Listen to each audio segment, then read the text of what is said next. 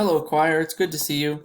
So this video is going to explain how to use Smart Music as a choir student because it's going to be a little bit different than concert band and drumline, things like that. So this video is specific to choir.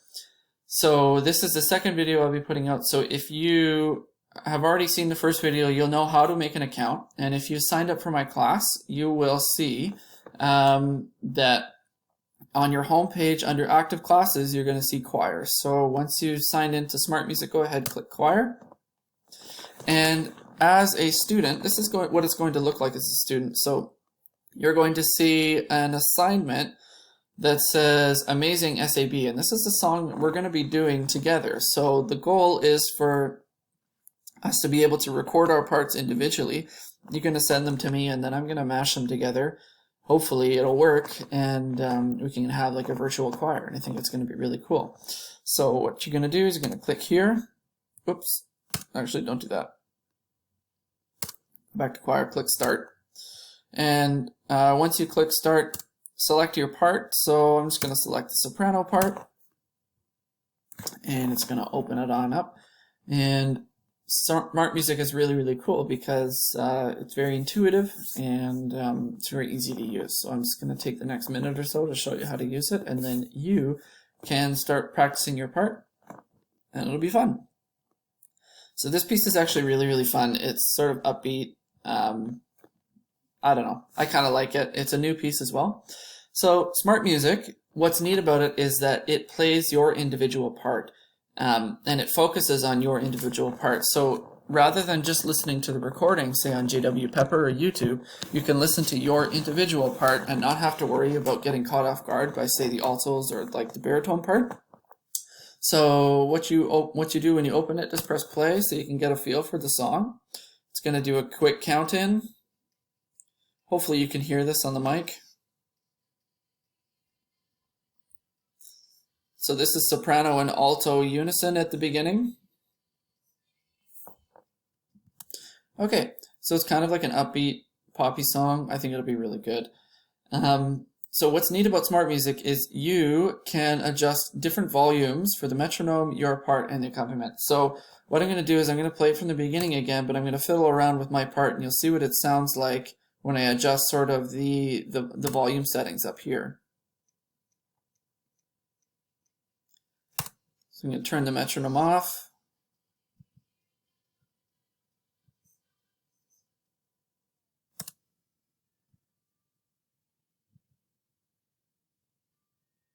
So what I've done is I've adjusted the volume in my part to be able to have the piano play your notes. So when you're practicing, really crank up my part, make sure that it's unmuted so that you are listening through your headphones and you can hear your part coming through really clearly. Currently, this is all unison, so it doesn't make too much sense, but when we go into harmony right here, it really, really helps. Okay, so that's one step of Smart Music. Now, this is the better step of Smart Music. So, as said, we are going to record our parts and put them together for like a virtual choir. So here's how you do that. Once you have rehearsed your part a trillion times, you're only going to get one shot at being able to do it perfectly from top to bottom. So when you're rehearsing your part, first thing you want to do is go up to display and do two things. Change it from beat cursor to flow cursor. So rather than having it go tick, tick, tick, tick, the little like Microsoft Word type cursor, it just flows along smoothly. I think that's better. Okay. And another thing you want to do, make it full page so that you can see your music coming up. It just makes a little more music. And once you've done that, go back to my takes and I'm going to go to the beginning, and just a fair warning, I'm going to start singing. Okay. Now what's cool about Smart Music is it actually records and tells you if you're singing the right notes or not. So you can do as many takes as you want, and it will give you a percentage of how well it thinks you did.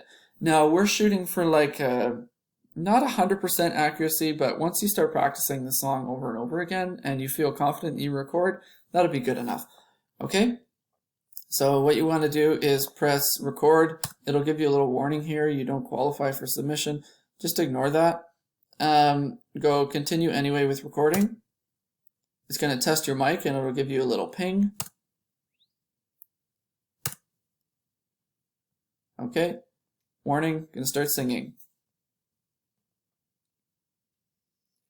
I'm living right here and now, and I don't wanna miss out. Is this what life's all about? Is there a world that I'm listening? Okay, I'm gonna sing some wrong notes here. And I'm listening. This is freedom inside. Oh, so cringy. Okay, so what's cool about smart music is basically the green notes tell me if I'm singing it accurate or not, and the red notes are telling me if I'm wrong. So right here, when I said I'm going to sing some wrong notes, boy, did it pick up on that really quickly. So